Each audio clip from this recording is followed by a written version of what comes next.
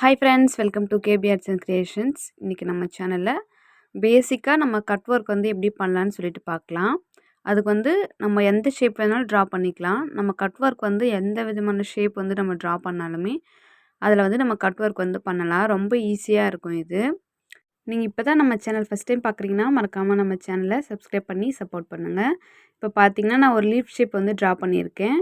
இந்த cut work வந்து நம்ம எந்த ஒரு டிசைன் வந்து ட்ரா பண்ணாலுமே அதில் வந்து நீங்கள் தாராளமாக வந்து கட் ஒர்க் வந்து நம்ம பண்ணலாம்.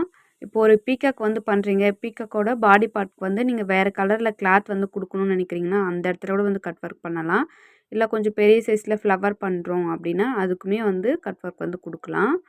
ரொம்ப ரொம்ப ஈஸியாக இருக்கும். பட் இருந்தாலுமே நீங்கள் நல்லா ப்ராக்டிஸ் பண்ணணும்.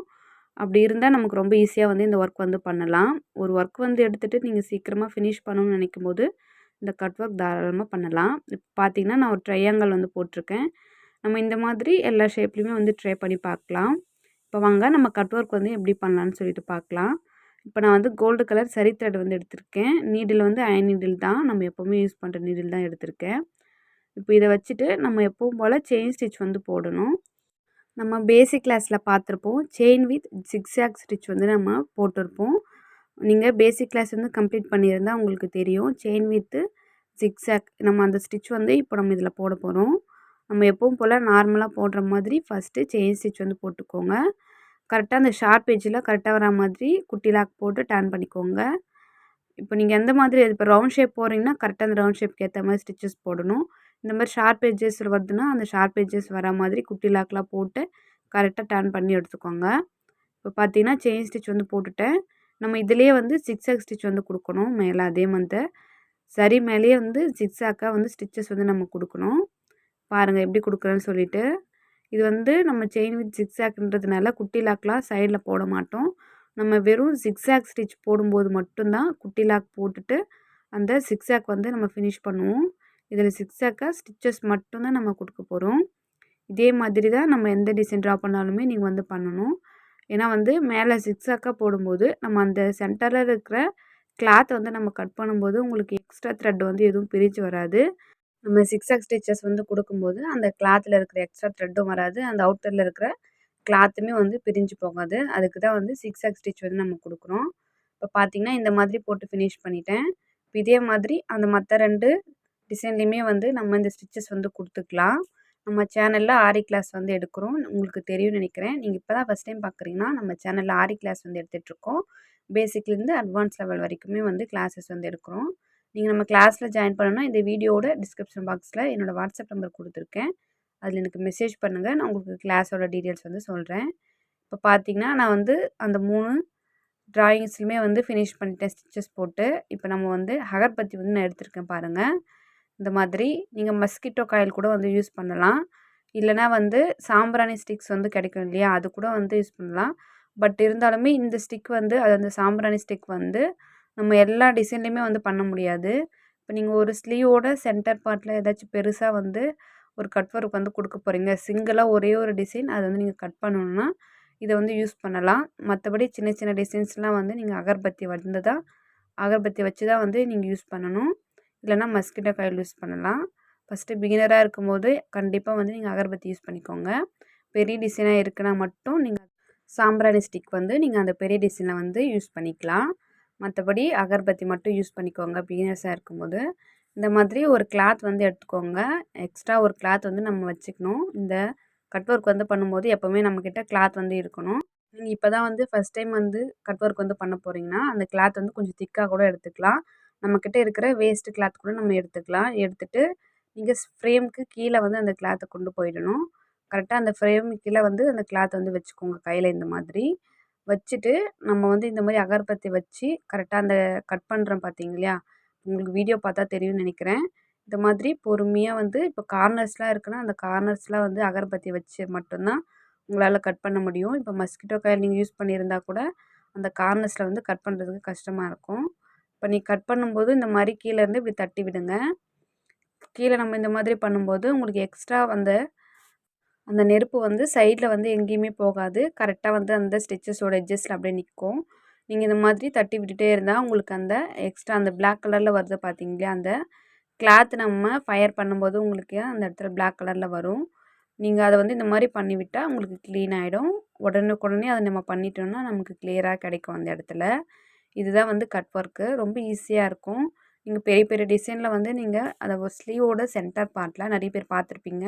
இப்போ நம்ம ஸ்டிச் பண்ணுறோன்னா அதை டெய்லரிங்கில் பார்த்துருப்பீங்க. ஸ்டிச் பண்ணுறோன்னா சென்டரில் ஸ்லீவோட சென்டரில் நமக்கு வந்து ஒரு டைமண்ட் ஷேப் இல்லை ஸ்கொயர் ஷேப்பு இல்லை ஒரு ஹார்ட் ஷேப்லாம் வந்து கிளாத் வந்து நம்ம கட் பண்ணி எடுத்துகிட்டு ஸ்கின் தெரிகிற மாதிரி கூட வந்து ப்ளவுஸ் வந்து ஸ்டிச் பண்ணி பார்த்துருப்பீங்க. அந்த மாதிரி இடத்துக்கு நீங்கள் இந்த மாதிரி கட் ஒர்க் கூட வந்து யூஸ் பண்ணிக்கலாம்.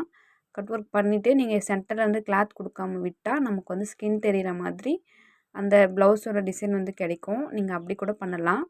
இல்லை நமக்கு வந்து வேறு கலரில் வந்து கீழே கிளாத் வரணும். இப்போ பார்த்திங்கன்னா நான் யூஸ் பண்ணியிருக்கிறது ஒயிட் கலர் கிளாத்து. இப்போ இதுக்கு கீழே வந்து கான்ட்ராஸ்ட்டாக பிளாக் கலரில் ஒரு கிளாத் கொடுக்கணுன்னா கூட நம்ம வந்து அட்டாச் பண்ணிக்கலாம். ஃபுல்லாக ஒயிட் கலர் கிளாத் இருக்கும். நம்ம அந்த டிசைன் கட் ஒர்க் பண்ணியிருக்கோம் பார்த்தீங்களா, அங்கே மட்டும் நமக்கு வந்து பிளாக் கலர் கிளாத் வர மாதிரி நம்ம வந்து அட்டாச் பண்ணிக்கலாம். நம்மளோட சாய்ஸ் தான். இதே மாதிரி நீங்கள் எந்த டிசைன் பண்ணுறீங்களோ அதுக்கேற்ற மாதிரி கலர் காம்பினேஷன்ஸில் நம்ம வந்து கிளாத் யூஸ் பண்ணலாம்.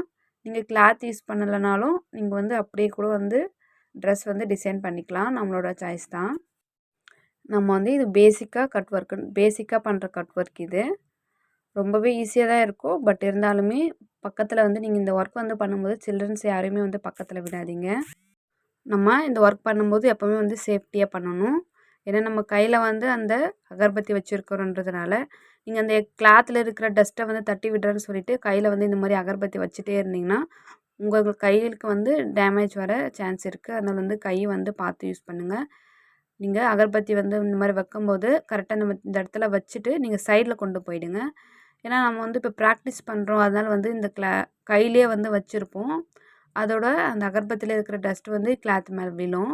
நீங்கள் என்ன பண்ணுங்கள், இப்போ ஒரு ப்ளவுஸில் வந்து நீங்கள் கட் ஒர்க் வந்து பண்ணுறீங்கன்னா கண்டிப்பாக வந்து இந்த மாதிரி வச்சுருக்கக்கூடாது. சைடில் கொண்டு போயிடுங்க. ஃப்ரேமுக்கு அவுட்டரில் கொண்டு போய் அந்த அகர்பத்தி வச்சுடுங்க. ஏன்னா அப்போ தான் வந்து அதில் இருக்கிற அந்த நெருப்பு கூட வந்து உங்களுக்கு கீழே விழாமல் அந்த கிளாத் எதுவுமே டேமேஜ் ஆகாமல் இருக்கும். இந்த மாதிரி கரெக்டாக நீங்கள் அந்த எட்ஜஸ்லாம் வந்து ஷார்ப்பாக வர மாதிரி பண்ணிவிட்டு அகர்பத்தியை வந்து தனியாக வச்சுடுங்க. பார்த்து யூஸ் பண்ணுங்கள் நீங்கள் அகர்பத்தி யூஸ் பண்ணும்போது. இப்போ பார்த்தீங்கன்னா ஃபுல்லாக வந்து எடுத்துட்டோம். உங்களுக்கு சைடில் இந்த மாதிரி ரொம்ப பிளாக்காக இருக்கிற மாதிரி தெரியுதுன்னா இது வந்து நம்ம பெனில் மார்க் பண்ணதுனால உங்களுக்கு அந்த கலர் வந்து அங்கே ரொம்ப டார்க்காக தெரிகிற மாதிரி இருக்குது. உங்களுக்கு இந்த மாதிரி சைடில் வந்து ரொம்ப கிளாத் வந்து சரியாக போகலை, பிசுறு பிசுறாக இருக்குது, உங்களால் கட் பண்ண முடியலன்னா நீங்கள் என்ன பண்ணலைன்னா இதுக்கு மேலே இன்னொரு லைன் வந்து ஜிக்ஸாக் ஸ்டிச்சஸ் வந்து கொடுத்துக்கலாம். அப்படி கொடுக்கும்போது இன்னும் நல்லா டார்க்காக இருக்கும் உங்களுக்கு. நான் சொன்ன மாதிரி இப்போ நீங்கள் ஒரு ப்ளவுஸில் வந்து கட் ஒர்க் வந்து பெருசாக ஒன்று கொடுத்துட்டீங்க. இப்போ ஒரு டைமண்ட் ஷேப்பில் வந்து நம்ம கட் ஒர்க் வந்து பண்ணிட்டோம். அந்த இடத்துல வந்து நீங்கள் அந்த கிளாத் வந்து கொடுக்கல அப்படின்னா நீங்கள் இதுக்கு மேலே இன்னொரு லைன் ஜிக்ஸாக் ஸ்டிச் வந்து கொடுத்துட்டு அதுக்கு அவுட்டரில் வந்து நம்ம எப்பவும் போல் டிசைன் பண்ணணும் இல்லையா, ஏதாச்சும் டிசைன்ஸ் வந்து நம்ம கொடுத்துக்கலாம். டிசைன்ஸ்னால் வந்து இப்போது ஒரு பீட்ஸ் கொடுக்குறோம், இல்லை ஸ்டோன்ஸ் கொடுக்குறோம், இல்லை பேர்ல் அந்த மாதிரி ஏதாச்சும் உங்களுக்கு கொடுக்கணும்னு நாங்கள் தோணுச்சுன்னா, இல்லை லோடிங் ஸ்டிச் கூட கொடுக்கலாம். அந்த மாதிரி கொடுக்கணும்னு தோணுச்சுன்னா அதை கொடுத்துட்டு நீங்கள் அந்த ஒர்க் வந்து ஃபினிஷ் பண்ணிக்கலாம். கிளாத்து கொடுக்குனாலும் கொடுத்துட்டு அதே மாதிரி அந்த ஒர்க்கை வந்து நீங்கள் ஹைலைட் பண்ணி இந்த டிசைன் வந்து கம்ப்ளீட் பண்ணிக்கலாம். ரொம்பவே ஈஸியாக இருக்கும். ட்ரை பண்ணி பாருங்கள். நீங்கள் நம்ம சேனலை இன்னும் சப்ஸ்கிரைப் பண்ணலைன்னா மறக்காமல் நம்ம சேனலை சப்ஸ்கிரைப் பண்ணி பக்கத்தில் ஒரு பெல் ஐக்கானை கிளிக் பண்ணி ஆல் பட்டன் ப்ரெஸ் பண்ணிக்கோங்க. அப்போ தான் நம்ம போடுற வீடியோஸ் உங்களுக்கு நோட்டிஃபிகேஷனில் வரும். இப்போ கீழே பார்த்தீங்கன்னா நான் உங்களுக்கு வந்து ஒரு கிளாத் வந்து வச்சு காமிக்கிறேன் பாருங்கள். நம்ம நெக்ஸ்ட்டு கிளாஸில் கிளாத் எப்படி அட்டாச் பண்ணணும்னு சொல்லிவிட்டு நம்ம அதை வந்து கிளியராக பார்க்கலாம். நான் உங்களுக்கு ஜஸ்ட் இந்த கிளாத்தை வந்து வச்சு காமிக்கிறேன். உங்களுக்கு பார்த்தா தெரியும். இந்த வீடியோ பிடிச்சிருந்தா லைக் பண்ணுங்கள். உங்கள் ஃப்ரெண்ட்ஸ் அண்ட் ஃபேமிலிக்கு ஷேர் பண்ணிக்கோங்க. உங்களுக்கு ஏதாச்சும் டவுட்ஸ் இருந்தால் கமெண்ட்டில் சொல்லுங்கள். தேங்க்ஸ் ஃபார் வாட்சிங்.